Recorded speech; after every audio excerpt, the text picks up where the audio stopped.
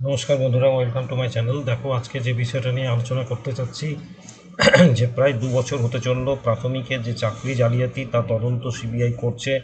গত বছর আমরা দেখেছিলাম যে মহামান্য বিচারপতি কলকাতা হাইকোর্টের অভিজিৎ গঙ্গোপাধ্যায় তিনি কিন্তু প্রায় 1 বছর আগে 32,000 চাকরি বাতিল করে দিয়েছিলেন।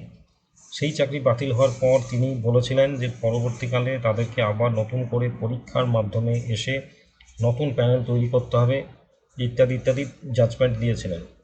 পরবর্তীকালে কিন্তু যাদের চাকরি গিয়েছিল তারা এবং রাজ্য সরকার এরা কিন্তু প্রাথমিক পর্ষদ এরা মামলা করেছিল সুপ্রিম কোর্টে, এবং সুপ্রিম কোর্ট যে রায় দিয়েছিলেন যে এটা কলকাতা হাইকোর্টে একটা বেঞ্চ তৈরি করে সেখানেই এটার কিন্তু বিচার হবে, এবং ততদিন পর্যন্ত তাদের কিন্তু চাকরি যাবে না বা বেতনও ফেরত দিতে হবে না, ইত্যাদি ইত্যাদি।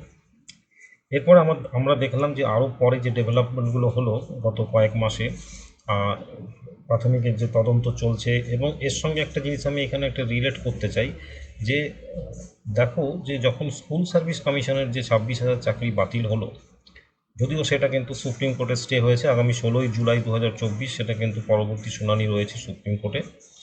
কিন্তু যখন বাতিল হয়ে গেল সেখানে কিন্তু মূলত যে কারণে বাতিল হলো যে কারা যোগ্য কারা অযোগ্য এটা কিন্তু সেপারেট করা গেল না। কেন গেল না?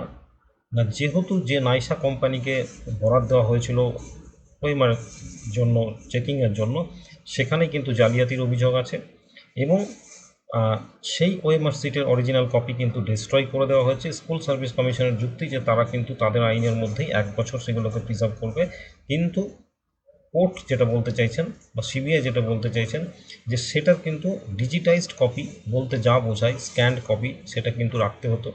এখন সেটা না পাওয়া গেলে সেটা পরবর্তীকালে সুপ্রিম কোর্ট বিচার করবেন।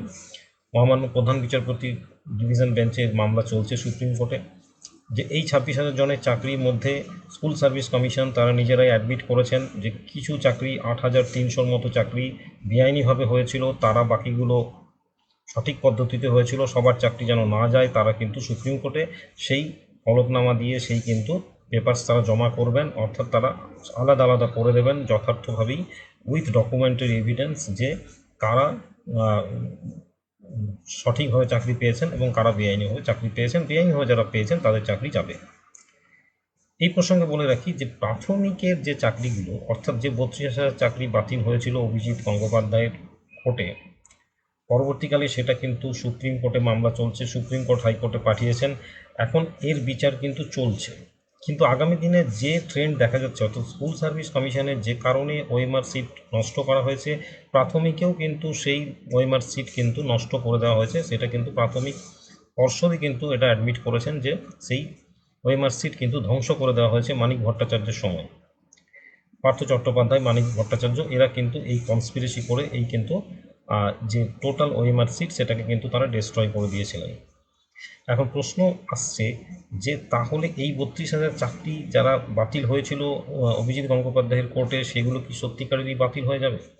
দেখুন, এটা এখনই কিছু বলা যাচ্ছে না, কিন্তু যে ট্রেন্ড যাচ্ছে, অর্থাৎ যদি ওএমআর সিট না পাওয়া যায় তাহলে কে যোগ্য কে অযোগ্য এটা কিন্তু বিচার করা যাবে না। ওএমআর সিটের ডিজিটাইজড কপি থাকতে হবে অথবা অরিজিনাল ওয়েবসাইট ওএমআর সিট থাকতে হবে। বিস্তর অভিযোগ এসেছে প্রাথমিকের চাকরি জালিয়াতিতে। কয়েকদিন আগে আমরা জানতে পেরেছি যে আমি ভিডিও দিয়েছিলাম যে জাল ওয়েবসাইট তৈরি করে, অর্থাৎ ক্লোনড ওয়েবসাইট তৈরি করে একেবারে হুবহু প্রাথমিক পর্ষদের ওয়েবসাইট তৈরি করে West Bengal board of primary এডুকেশনের একটা জাল ওয়েবসাইট তৈরি করে সেখান থেকে চাকরি দেওয়া হয়েছিল এই মানিক ভট্টাচার্য পার্থ চট্টোপাধ্যায়ের ষড়যন্ত্রে। এখন এই সব অভিযোগ মারাত্মক অভিযোগ, এখন কোর্টে বিচার চলছে, কিন্তু যদি ওএমআর সিট না পাওয়া যায় তাহলে কিন্তু এই চাকরি কিন্তু বাতিল হওয়ার সম্ভাবনাই বেশি। এই 32,000 চাকরি, যাদের চাকরি কিন্তু মহামান্য বিচারক অভিজিৎ গঙ্গোপাধ্যায় প্রাক্তন বিচারপতি কলকাতা হাইকোর্ট তিনি কিন্তু 1 বছর আগে এটা বাতিল করে দিয়েছিলেন। পরবর্তীকালে এর বিচার চলছে, সুপ্রিম কোর্ট হয়ে আবার হাইকোর্টে এসেছে। এখন এই ওএমআর সিট যদি না পাওয়া যায় তাহলে কিন্তু বাতিল হয়ে যাওয়ার সম্ভাবনাটাই কিন্তু বেশি। এখন আমরা সবাই তাকিয়ে থাকবো আদালতের দিকে।